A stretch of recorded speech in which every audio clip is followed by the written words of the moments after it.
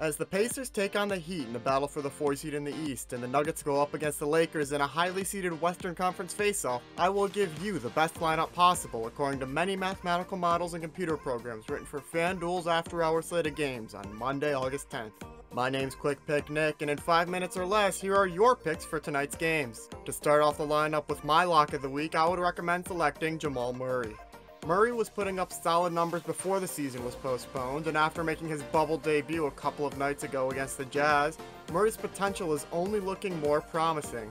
Aside from 2 outliers, Murray was in for at least 30 minutes every game he played in the regular season, scoring points in every category while active. The concern of Murray's hamstring was quickly dismissed after he put up 23 game points and over 50 fantasy points against the Jazz. And I expect Murray to continue this trend as he showed on Saturday that his injury is a thing of the past.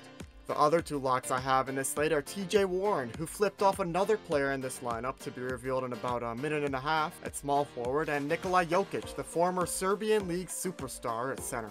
Warren, if active for tonight's matchup, has the chance to completely blow away the competition and single-handedly carry your lineup over the money line for this slate.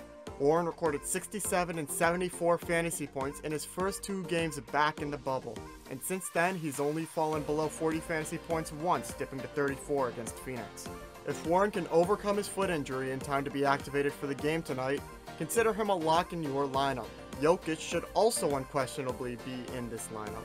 Compared to the other centers, Jokic is a dominant force, averaging nearly 20 more fantasy points than the next best option, and proving consistency throughout the restart with high-scoring games. Jokic is worth a high price tag too, as no other center is going to come close to Jokic's expected value. One player in particular that I'd be sure to avoid is Bam Adebayo, who has shown inconsistency throughout the bubble so far. It's not to say that Adebayo is a bad player by any means, as he gets some of the highest playing time among other players on the Heat, but his price is not warranted given the value that can be found elsewhere. Adebayo has averaged about 40 fantasy points per game throughout the season, but during the bubble, he's dipped to the 20s and 30s ranges multiple times. It's not like you need to pick Adebayo either, since if you want to take a power forward around $8,000, you're better off taking Nuggets Michael Porter, who scored more than 45 fantasy points in every game he's played since August 3rd. And that's exactly what we are going to do for this lineup. To continue with the rest of the players you should choose, my model recommends Malcolm Brogdon for the second point guard. Having studied film of Isaiah Thomas to learn how to start this new position of point guard for the Pacers this year, Brogdon has come into this different playstyle exceedingly well, ranking as the top-priced point guard for this slate. Brogdon is worth shelling out $6,700 too, as he's one of the main components of Indiana's team and plays for most of every game, scoring points throughout. The 2 shooting guards recommended for this slate are Jimmy Butler and Tyler Herro. Butler, the player I teased earlier who found himself in a confrontation with TJ Warren back in January, has been held out for a decent portion of the bubble, playing only 2 games since the beginning of the restart. But he's back on track to play his 3rd tonight. The 2 games that Butler has played in the bubble, though, showed promise, as he netted over 40 fantasy points in each contest. I personally expect Butler to play in this vengeance game and exceed expectations, and my model concludes that Butler should be in this lineup as well. Herro is another shooting guard deserving of a spot on your lineup, especially considering his relatively low price tag of $5,100. Herro has really grown into his own recently, playing more and more time for the Heat as of late and becoming an overall more dependable player for Miami.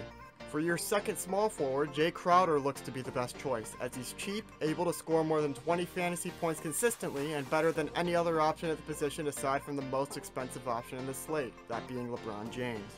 While we're on the topic, James isn't necessarily a bad pick as long as you're able to fit in the rest of the players needed for this slate, but my model didn't have an answer including James in addition to the necessary choices like Murray, Warren, and Jokic, but I invite you to let me know if you can find a way to make that happen in the comments below. Finally, the last player for this lineup is going to be the Lakers' 6-man Kyle Kuzma. This choice was definitely the most difficult to discern, as the results for my program put Kuzma and Jeremy Grant right next to each other in terms of who's the better player, so feel free to have some wiggle room when it comes to which of these 2 players ends up being in your lineup. And with that, I present to you the finished lineup for Fanduel's after-hours slate of games on Monday, August 10th. Again, this has been Quick Pick Nick, the intersection for sports, data analysis, and speed.